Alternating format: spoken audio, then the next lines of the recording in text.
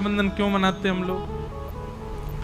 भगवान बामन बनकर के जब बलि के यहां गए तो 3 पग जमीन का वरदान मांगा और 3 पग जमीन का वरदान देते ही भगवान विराट हो गए।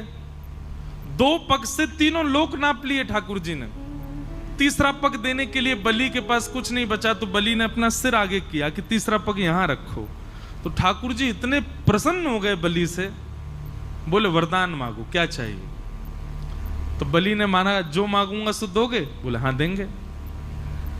बोले मैं जब जब अपने महल में अंदर जाऊं और जब जब महल से बाहर आऊं तब तब आप मुझको दिखो प्रत्यक्ष। भगवान बोले इनडायरेक्ट वे में बोल रहे हो, सीधे सीधे बोल दो कि द्वारपाल बन जाओ मेरे। अब तुम महल में कब जाओगे कब आओगे मुझे क्या पता? द्वारपाल कोई द्वारपाल खड़ा रहे उसी को पता रहता कब आ रहे हो जा रहे हो। बलि बोला यही समझ लीजिए। तो भगवान द्वारपाल बन गए बलि के। अब जब बलि के द्वारपाल ठाकुर जी बने, लक्ष्मी जी को बहुत विरह हो गया। ठाकुर जी आ ही नहीं रहे, बलि के यहां पर द्वारपाल बन के खड़े हैं। लक्ष्मी जी ने आकर के भगवान से कहा चलो। बोले मैं नहीं जा सकता, अहम भक्त पराधीन हो। स्पष्ट शब्द है भागवत में। ठाकुर जी कह रहे हैं पूरा विश्व मेरे पर अधीन है पर मैं अपने भक्त के अधीन हूं, मैं कुछ नहीं कर सकता यदि भक्त को मैंने वचन दे दिया तो। लक्ष्मी जी बोली आप वैकुंठ नहीं चलोगे? बोले नहीं चलेंगे, जब तक बलि नहीं कहेगा तब तक नहीं जा सकते।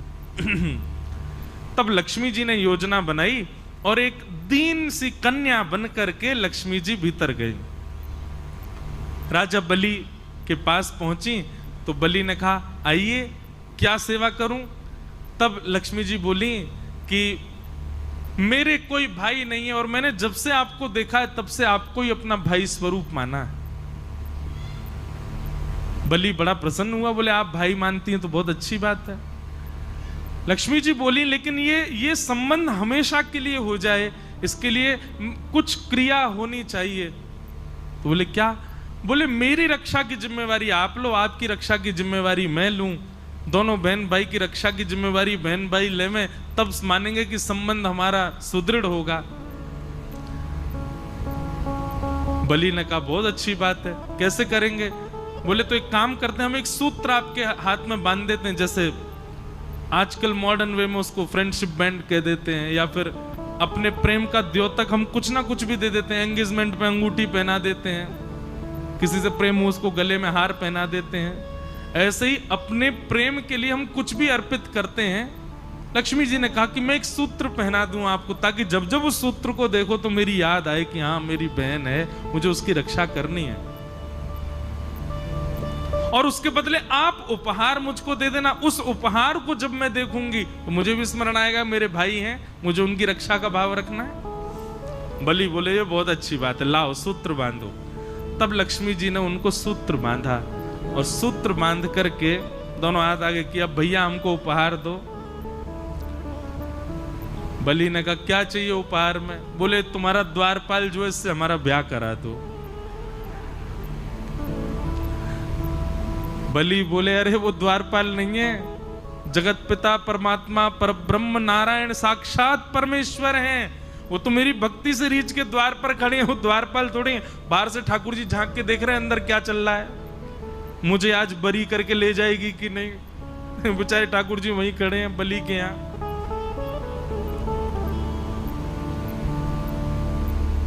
लक्ष्मी जी बोली भैया अब वही मांगा है तो वही चाहिए मुझे, आप मेरा ब्याह। अरे संभव ही नहीं है, उनका ब्याह केवल पराम्बा जगदम्बा लक्ष्मी से होता है, वो और किसी का वर्ण नहीं करते। ये कहते ही वो कन्या लक्ष्मी के रूप में प्रकट हो गई। बोले मैं लक्ष्मी ही हूं, आपने लक्ष्मी के हाथों से सूत्र धारण करवाया है, मैं आपकी सदा के लिए बहन हो गई हूं। अब कृपा करके मेरे प्राणनाथ को मुझे वापस करके और भेज दो। तब बलि ने कहा ऐसे नहीं दूंगा, आप विवाह मांगा है तो फिर मेरे ही भवन में आपका विवाह होगा मेरे सामने। मैं दुनिया तो कन्यादान करती है, मैं पुरुष दान करके दूंगा, तब ले जाना।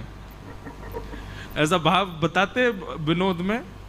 तो फिर ठाकुर जी का विवाह हुआ और जिस प्रकार कन्यादान होता है ऐसे ठाकुर जी का दान किया बलि ने, लक्ष्मी जी को ले जाओ। तब से ये प्रथा है कि श्रावणी के दिन ये हम लोग रक्षा सूत्र अपनी बहन से बंधवाते हैं और उसी को रक्षाबंधन का, उस दिन भैया वो साक्षात लक्ष्मी है, उनको प्रणाम करो, उनको वंदन, सब भाई लोग ध्यान से सुनो, उनको प्रणाम करो, वंदन करो, चरण छुओ, छोटी बड़ी जो भी है। और सुनिए, पैर एक हाथ से नहीं छूने चाहिए, दोनों हाथ से छुओ, और हो सके तो सर रख के प्रणाम करो, लक्ष्मी स्वरूप मानो बंधु। What I'm on is super you.